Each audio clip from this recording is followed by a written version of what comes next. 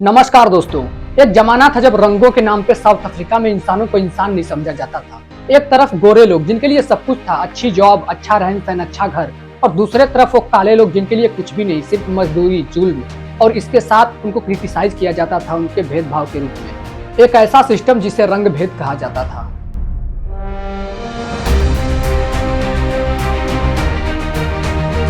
ये बिल्कुल वैसे ही था दोस्तों, जैसे हमारे भारत में जातियों के नाम पे लोगों को क्रिटिसाइज किया जाता था। बड़ी जातियां छोटी जातियों से मजदूरी करवाती थी, उनसे मुनाफा लेती थी, हालांकि उन लोग को बोलने का हक तक नहीं दिया जाता था, साथ में बैठने नहीं दिया जाता था। ठीक इसी तरह साउथ अफ्रीका के अंदर रंग भेद इतना चरम पे था दोस्तों कि वहाँ पे काले लोगों को वोट तक करने का अधिकार नहीं दिया जाता था, और साथ ही उनको अपने मन से, अपनी मर्जी से रहने का कोई अधिकार नहीं था। उनको रंगों के नाम पे क्रिटिसाइज किया जाता था, रंगों के नाम पे अलग किया जाता था। उनके लिए बसेस अलग की जाती थी, उनके लिए स्कूल्स अलग होते थे, उनके लिए खान पान अलग होता था, उनके लिए शॉप्स अलग होती थी।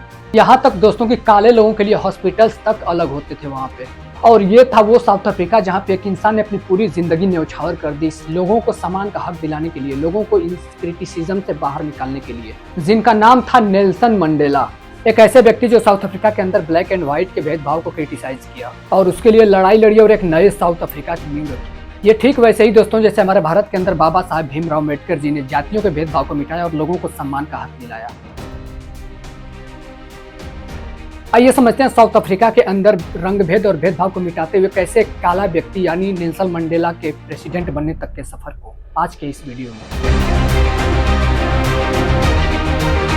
18 जुलाई 1980 साउथ अफ्रीका के म्यूजो गांव में नेल्सन मंडेला का जन्म हुआ, जहां पे उनके बचपन का नाम था रोहली लाला मंडेला, जिसका मतलब होता है ट्रबल मेकर।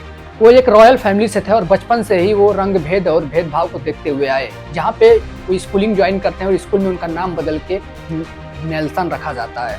अपनी स्कूल्स और कॉलेज की पढ़ाई करने के बाद वो यूनिवर्सिटी कॉलेज ऑफ फोर्ट जाते हैं, जहाँ पे वो पढ़ाने लगते हैं, और वहाँ पे स्टूडेंट प्रोटेस्ट कर रहे हैं। उस प्रोटेस्ट में हिस्सा लेने की वजह से उस कॉलेज से भी उनको सस्पेंड कर दिया जाता है, जिसके बाद से वो अपनी आगे की पढ़ाई करते हैं लॉ के फील्ड में। लॉ की पढ़ाई करने के बाद साल 1952 में उन्होंने ओलिवर टैम्बो के साथ पहली ब्लैक ऑन्ड लॉ फर्म खोली, जिसका मतलब था रंग भेद और भेदभाव के खिलाफ और अश्वेतों के हिस्सेदारी के लिए आवाज उठाना और उसके लिए लड़ना। ये वो समय था दोस्तों जब रंग भेद को लेकर लॉज और भी ज्यादा सख्त हो रहे थे, जिसमें ब्लैक्स को उनके रंग के हिसाब से, रंग के कारण उनको कोई हक ना मिले। और फिर 1952 में उन्होंने डिफेंस कैंपेन चलाया, जिसमें हजारों लोग उनके साथ आए और रंग भेद के लॉ के खिलाफ उन्होंने आवाज उठाई और उसके खिलाफ आवाज खड़ा किया।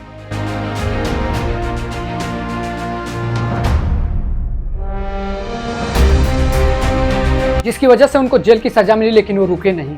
और फिर 1956 में उनके ऊपर ट्रीजन का केस यानी राजद्रोह का केस चला, जो कि लगभग 5 सालों तक चला था। और फिर 5 साल बाद यानी 1961 में उनको विमुक्त कर दिया गया, जिसके बाद इस दौरान उन्होंने अपनी दूसरी बीवी, जिनका नाम था विनी मंडेला, उनसे शादी करी। लेकिन इसके पहले 1960s में पुलिस ने अनआर्म्ड प्रोटेस्टर्स पर गोलियां चलाई, जिसमें 69 लोग मारे जाते हैं। जिसके बाद से जो मंडेला होते हैं उनको लगता है कि नॉन वायलेंस जो प्रोटेस्टर्स हैं इससे काम नहीं चलेगा। उसके बाद वो अपना अगला स्टेप लेते हैं साल 1961 में। उन्होंने यूएम खोंटो वी स्वीज नाम का एक मिलिट्री बनाया, जो कि अफ्रीकन नेशनल कांग्रेस का पैरामिलिट्री विंग था, और साथ ही सैबोटेज कैंपेन भी शुरू किया। और रंग भेद के खिलाफ लड़ाई में नेल्सन मंडेला एक बड़ा नाम बन गए। The weapon of struggle against apartheid oppression and exploitation is our people organized into mass formation of the democratic movement. Nelson Mandela was an anti-apartheid activist. इन सारी चीजों के बाद साल 1964 में राजद्रोह करारा देते हुए उनको उम्र कैद की सजा मिली, जिसमें वो रॉबिन आइसलैंड जेल गए और वहां पे उन्हें हार्ड लेबर का काम करना पड़ा। उनको पत्थर तोड़ना पड़ा और छोटी सी सेल में रहना पड़ा। इस दौरान उनको ट्यूबरकुलोसिस भी झेलना पड़ा, लेकिन वो रुके नहीं। वो जेल से भी लोगों को संदेश देते रहे और एएनसी को भी गाइड करते रहे। उम्र कैद हो जाने के बाद मंडेला 27 साल जेल में बिताए। बाहरी दुनिया में उनकी वाइफ विनी मंडेला ने उनको रिलीज कराने के लिए बहुत सारे कैंपेन्स किए, प्रोटेस्ट किए, जिसके बाद से इंटरनेशनल प्रेशर बढ़ता है और उसके बाद लोगों ने साउथ अफ्रीका को बाइकआउट करना शुरू किया। बहुत सारे प्रोटेस्ट होने लगे और लोग सड़कों पर आने लगे, और इसके साथ ही मंडेला एक सिंबल बन गए फ्रीडम का, और वो कहते थे I am prepared to die for freedom. Jail में रहते हुए रंग भेद और भेदभाव के खिलाफ लड़ाई लड़ते हुए वो कहते थे कि रंग भेद सिर्फ ब्लैक्स को नहीं बल्कि पूरे देश को बर्बाद कर रहा है, और वे यूनिटी से आते हैं, नफरत नहीं। 27 साल जेल में रहने के बाद 11 February 1990 ये वो दिन आया जब वहाँ के प्रेसिडेंट FW क्लर्क ने उनको रिलीज कर दिया और अफ्रीकन नेशनल कांग्रेस यानी ANC से बैन को हटाया गया, जिसके बाद जो मंडेला थे वो ANC के प्रेसिडेंट बनते हैं। जेल से रिलीज होने के बाद नेल्सन मंडेला ने वहाँ के प्रेसिडेंट डी क्लर्क के साथ रंग भेद और भेदभाव को मिटाने को लेकर के एक डिस्कशन शुरू किया, लेकिन ये इतना भी इजी नहीं था। वायलेंस बढ़ रहे थे, लेकिन मंडेला ने शांति का रास्ता चुना और इस सुझाव के लिए 1993 में दोनों लोग को नोबेल पीस प्राइज से नवाजा गया। और मंडेला ने एक नारा दिया कि we must forget the past and focus to building a united South Africa. उन्होंने ब्लैक एंड व्हाइट पीपल्स के बीच के नफरत को हटाने के लिए कोशिश करते रहे और लड़ाई लड़ते रहे और कहते रहे कि दोनों तरफ के लोगों को मिलना ही होगा। और इतने सारे लड़ाई लड़ने के बाद और इतने सारे एफर्ट्स के बाद साल 1994 में मल्टी रेशियल इलेक्शंस होते हैं, जहां पे ब्लैक्स को वोट करने का अधिकार मिला।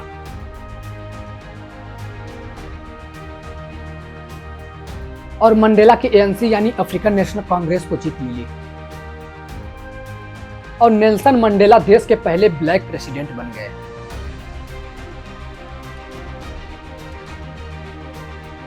रंगभेद के लॉ को खत्म किया और लोगों को सम्मान का हक दिलाया, जिसमें इक्वल राइट्स, इक्वल अपॉर्चुनिटी और सबके लिए इक्वल जॉब्स। लेकिन सबसे बड़ी बात थी दोस्तों रिकॉन्सिलेशन यानी दोनों पक्षों को मिलाना, जिसके लिए मंडेला ने 1995 में ट्रूथ रिकॉन्सिलेशन कमीशन बनाया।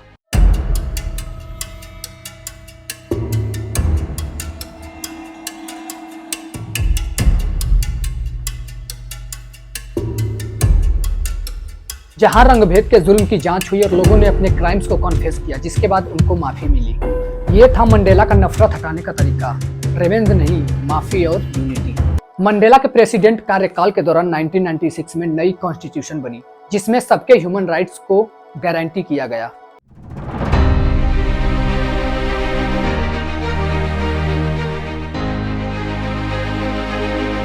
उन्होंने कंट्री के अंदर ब्लैक्स और व्हाइट के भेदभाव को बिल्कुल पूरी तरह से खत्म करने के लिए स्पोर्ट्स को बढ़ावा दिया और स्पोर्ट्स कराए, जैसे कि रग्बी वर्ल्ड कप 1995, जिसमें कि साउथ अफ्रीका हिस्सा लेता है और वर्ल्ड कप जीत जाता है, जिससे देश यूनाइट हुआ।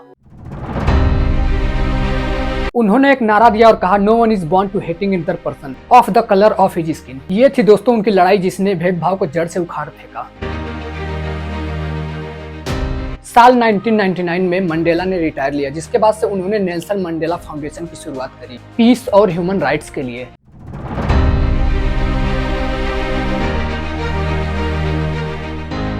कंट्री के अंदर एड्स और पॉवर्टी के खिलाफ लड़ाई की और 2007 में एल्डर्स ग्रुप को ज्वाइन किया।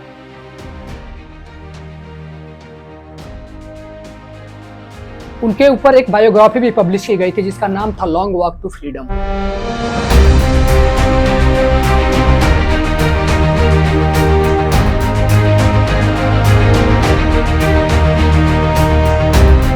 फिफ्थ ऑफ दिसंबर 2013 मंडेला का देहांत हो जाता है, लेकिन उनकी लेगेसी आज भी जिंदा है लोगों के दिल में और लोगों के दिमाग में। The weapon of struggle against apartheid oppression and exploitation is our people organized into mass formation of the democratic movement.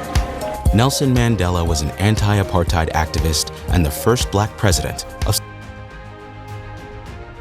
आज भी 18 जुलाई को मंडेला डे के रूप में मनाया जाता है और 67 मिनट्स तक लोग दूसरे की मदद करते हैं। 67 मिनट्स इसलिए दोस्तों क्योंकि उन्होंने अपनी जिंदगी का 67 ईयर्स समाज सेवा में लगा दिए।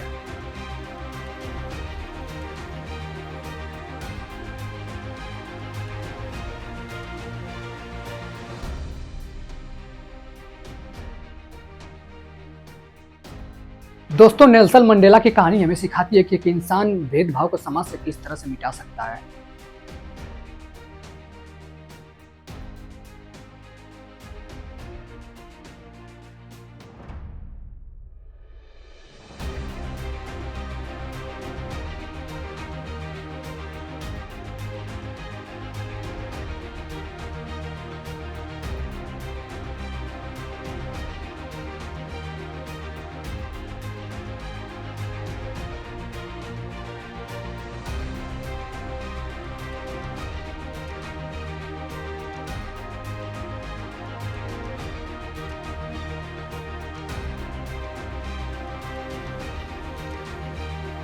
ये थी कहानी दोस्तों नेल्सन मंडेला की। वीडियो अगर इन्फॉर्मेटिव लगी तो प्लीज़ चैनल को सब्सक्राइब कर लो और लाइक जरूर से कर देना। मिलते हैं किसी और वीडियो में एक नई कहानी के साथ, तब तक के लिए बहुत बहुत धन्यवाद।